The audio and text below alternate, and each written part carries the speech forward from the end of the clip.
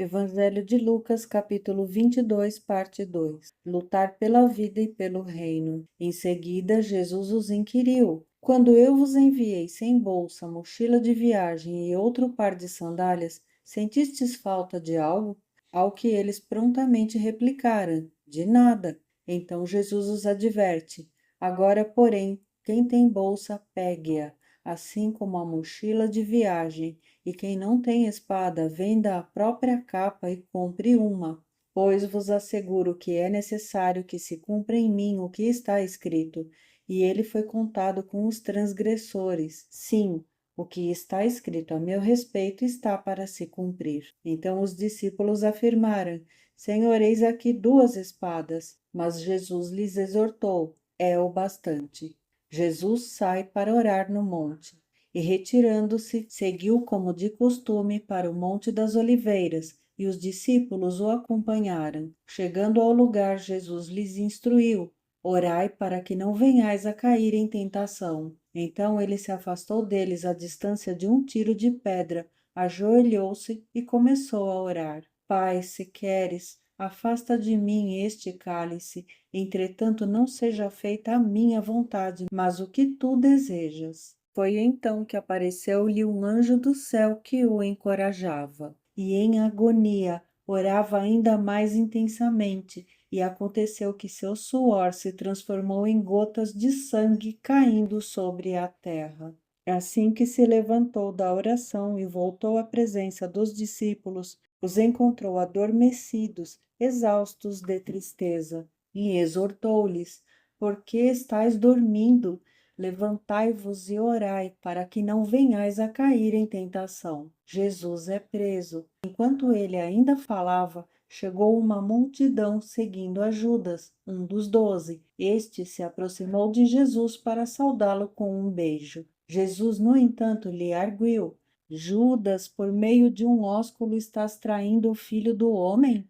Ao perceberem o que se sucederia, os que estavam com Jesus lhe propuseram: Senhor, devemos atacá-los à espada? E um deles feriu o servo do sumo sacerdote, decepando-lhe a orelha direita. Contudo, Jesus interveio e ordenou: Deixai-os, basta. E tocando a orelha do homem, ele o curou. Então, voltando-se Jesus para os chefes dos sacerdotes, os oficiais da guarda do templo e os líderes do povo que haviam chegado para prendê-lo, inquiriu-lhes: Viestes contra mim com espadas e varas, como se eu estivesse liderando uma rebelião?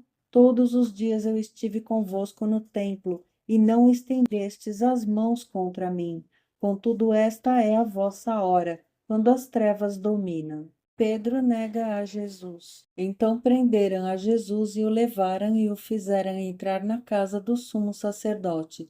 Pedro, entretanto, o seguia à distância. Mas, quando acenderam um fogo no meio do pátio e se sentaram ao redor dele, Pedro assentou-se com eles. Uma criada o viu sentado ali à luz do fogo e, olhando fixamente em seu rosto, o acusou: Este homem também estava com ele. Contudo, Pedro negou, assegurando-lhe: Mulher, não o conheço. Pouco depois, um homem também o viu e afirmou: Tu também és um deles. Mas Pedro o contradisse: Homem, eu não sou. Então, havendo passado cerca de 1 hora, outro homem o identificou. Com toda a certeza, também este homem estava com ele, porquanto também é galileu. Ao que Pedro exclamou: Homem, não sei do que estás falando. E falava ele ainda quando o galo cantou. E aconteceu que o Senhor, voltando-se para Pedro, o olhou diretamente nos olhos. Então Pedro se lembrou da palavra que o Senhor lhe havia predito: Antes que o galo cante hoje, tu me negarás 3 vezes. Então Pedro, retirando-se dali, chorou amargamente. Jesus é humilhado e torturado. Os homens que haviam detido a Jesus começaram a zombar dele e a espancá-lo. Vendaram seus olhos e escarneciam: Profetiza-nos, quem é que te esbofeteou? E lhe dirigiam muitas outras palavras infames, blasfemando.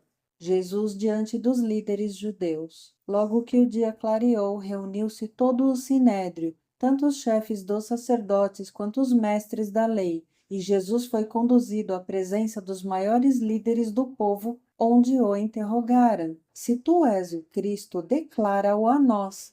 Então Jesus lhes respondeu: Se vo-lo disser, não acreditareis em mim. Assim como se eu vos questionar, tampouco me atendereis. No entanto, a partir de agora, o Filho do Homem estará assentado à direita do poder soberano de Deus. Ao que todos lhe inquiriram: Ora, então tu és o Filho de Deus? Então Jesus lhes afirmou: Vós dizeis que eu sou. Diante disso, exclamaram todos: Por que precisamos de mais testemunhas, posto que acabamos de ouvir a confissão de sua própria boca?